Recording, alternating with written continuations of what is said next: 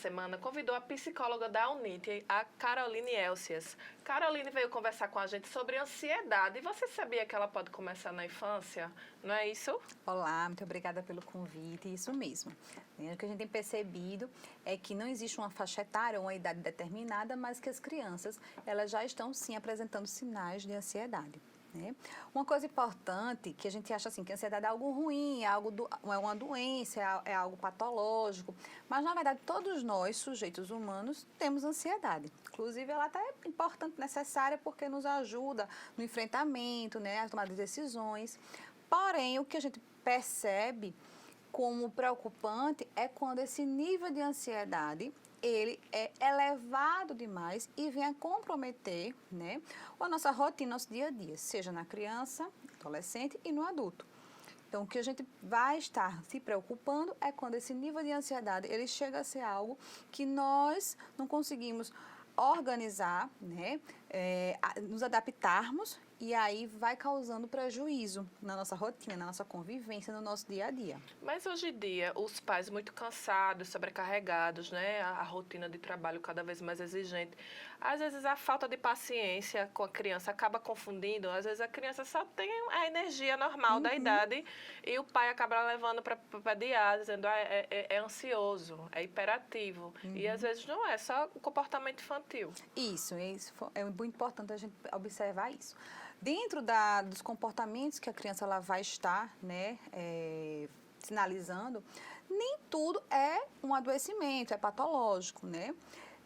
O que a gente tem observado é que a dinâmica atual, né, a rotina diária, a exposição a vídeos, a eletrônicos, tem deixado sim as crianças e nós também adultos, né, um pouco mais ansiosos, né, acelerados um pouco mais. Então, isso são fatores que a gente tem que estar observando, mas com certeza nem tudo de uma inquietação, né, de uma agitação, vai ser de fato da ordem, né, do adoecimento. Por isso é importante tanto a família, né, às vezes o próprio ambiente escolar, estar atento ao comportamento, né, ao que a criança vem sinalizando, escutar a criança também é importante. Né? Porque ele não só ele atua, ele não só age, mas ele também verbaliza. Então, o que é que essa criança está verbalizando? Né? A ansiedade ou os transtornos de ansiedade, como a gente costuma classificar, eles já são sinalizados na infância, sim. Existe, inclusive, no próprio DSM-5, essa classificação como os transtornos ansiosos na infância. E aí a gente pode perceber que essa dinâmica, ou a rotina da criança, pode ser, sim, um fator que esteja causando ansiedade. Né? Ou alguma situação estressora na família, né? Na escola, as cobranças, a própria pandemia, né? Era isso que eu ia perguntar, né? Desde 2020, já 2 anos de pandemia, mudou totalmente a rotina de escola, de passeio, de convivência com os avós, com os familiares. Isso também pode ser um fator? Sim, porque o que aconteceu, né, com o público infanto-juvenil, né? Eu digo infanto-juvenil porque não só as crianças, mas os adolescentes também, né, tem tido aí um índice elevado de não só ansiedade, mas também outros transtornos, como a depressão, né, enfim. Então, o que acontece? A rotina foi quebrada e a imaturidade emocional, né, desse público, até para compreender o que estava acontecendo, né, foi um fator que agravou. Imagine só, você está ali naquele circuito de amizade, na escolinha, na sua dinâmica, e de repente ter que parar, ter que ficar em casa, né? Então, se a gente que é adulto sofreu, imagine a imaturidade, né, emocional das crianças para perceber e elaborar. Então, foi um momento muito difícil, onde muitos estudos, né, nós também no próprio consultório, tentando orientar e aconselhar as famílias para adaptar essa rotina, para ter uma atenção maior, uma paciência maior também com essas crianças, mas ao mesmo tempo eles também surpreenderam porque se adaptaram também rapidamente, né? E aí as escolas também contribuíram bastante com algumas orientações aos pais, né? Mas realmente foi um ano e foi uma situação muito difícil que realmente sinalizou, né, aí algumas situações ansiogênicas, alguns, como é que eu posso falar? Se existiam crianças que até então não tinham um indicador, né, de um transtorno de ansiedade, com a situação da pandemia, favoreceu para que isso aparecesse. E o pai e a mãe, o que é que ele deve observar para detectar que essa criança está ficando com ansiedade?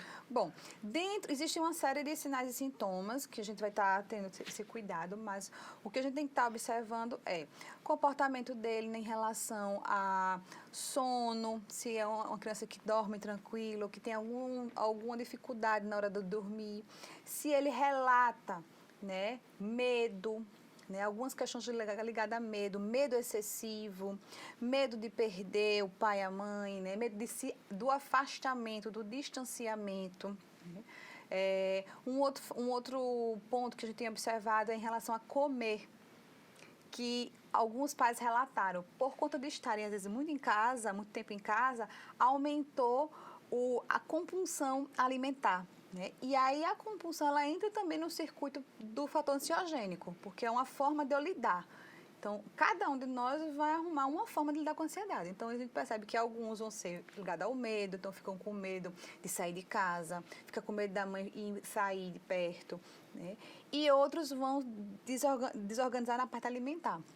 Então, comer muita coisa, vários momentos do dia. Então, são alguns sinais então, que a gente vai observar. Um outro sintoma que a gente observou é ficar roendo unha, mordendo o lábio, né? Como se fosse realmente um fator que eu vou suprimir nisso, né? O nervoso. O roer a unha, né? O ficar com... Agressividade. Mordendo. Sim, dependendo da situação, a agressividade ela pode ser. Agora, não pode ser toda agressividade considerada um fator de um transtorno de ansiedade. Né? Às vezes é uma situação específica que a gente vai ter que ler essa situação. Mas dentro do que a gente vem observando seria isso, a questão mesmo do medo, né? De algumas compulsões que podem estar aparecendo, que aí os pais e as mães vão observar, escutar, né? Ver realmente o relato dessas crianças, por que está fazendo isso, o que é que está acontecendo. Muitas vezes eles não sabem o que estão sentindo. Não sabem como demonstrar. Como demonstrar. E aí é onde entra também, eu acho, a parte do acompanhamento psicológico. Né? Era essa a minha próxima pergunta, né? O pai e a mãe que identificar esses sintomas. Aí o indicado é que ele realmente tente observar, se chamar muita atenção, né? Se não conseguir dentro da rotina reduzir isso, aí de fato é interessante consultar um profissional da área para poder fazer até uma avaliação, né? Porque nem tudo desenvolve uma patologia. Às vezes é uma situação que tem que ser ajustada em casa e a criança vai conseguir superar. Então, é importante, às vezes, que o pai seja orientado. E para orientar, a psicologia, ela está aí para isso, né? Para que a gente possa, dentro de cada situação, de cada caso, fazer essa orientação aos pais, escuta a criança, né? E acolhimento também à criança. Então, e a UNIT oferece, não é, esse atendimento? Isso, a nossa instituição, né, oferece a clínica de psicologia, na qual eu coordeno também a clínica hoje. E aí lá nós temos atendimento gratuito à comunidade, para não só adultos, né, mas também a gente tem uma sala específica para atendimento infantil e adolescente, que a gente vê que é um público que cresceu muito a procura. Né? Nós já estamos retomando o atendimento presencial e aí fica aberto a todos que têm interesse. A partir de fevereiro a gente vai estar já recebendo cadastro. E o que é que precisa para ter acesso a esse atendimento gratuito? Pronto. O interessado, se tiver algum encaminhamento já, às vezes eu fui para o posto de saúde, que o psiquiatra solicitou ou o médico solicitou, leva o encaminhamento e os documentos pessoais, CPF, RG, comprovante de residência. Faz lá mesmo, né, na própria recepção, e aí a gente faz o cadastro e já direciona, tá, para triagem e agendamento de atendimento. E para encerrar a nossa entrevista, que foi muito esclarecedora, importante para o pai e para a mãe, né, o que é que você gostaria de falar? Bom, eu queria só, assim, realmente destacar a importância que a gente tem hoje de acolher, né, não só as crianças, mas também os adolescentes. Esse público, ele tem ficado muito solto na dinâmica, às vezes, tão corrida nossa, né? Eu também sou mãe, também corro o dia inteiro para dar conta, né? E eles têm ficado, muitas vezes, sem esse olhar, Então, é importante que as famílias, os pais tenham um diálogo também com esses sujeitos, né, com a criança e com o adolescente, seja sempre atento aos sinais, o que é o comportamento deles em casa e também em contato com a escola, porque é uma instituição que os filhos passam grande parte do dia, né? Muitas vezes os professores da escola também são sujeitos que podem nos ajudar, né, a observar como é que ele está naquele ambiente. É onde a criança e o adolescente ele tem ali o círculo de amizade, é onde eles fazem os laços. Então, é um espaço que a gente tem que também estar atento. A psicologia que trabalha, eu particularmente também trabalho com a clínica de adolescente, a gente está sempre em contato com essa instituição, porque ela muitas vezes nos dá a resposta. Então, a orientação é essa, que os pais estejam sempre atentos, se observar algum sinal e sintoma, algum comportamento que lhe chamou a atenção, conversa, observa e, em caso de realmente ficar preocupado, buscar um acompanhamento mais especializado para que a gente tire dúvida, né? Nem tudo vai ser adoecimento, mas às vezes precisa só de uma orientação, de um aconselhamento e um acolhimento para a família e para a criança. Bacana. Esse é o recado da psicóloga Caroline Elcias e esse foi o TH Entrevista dessa semana.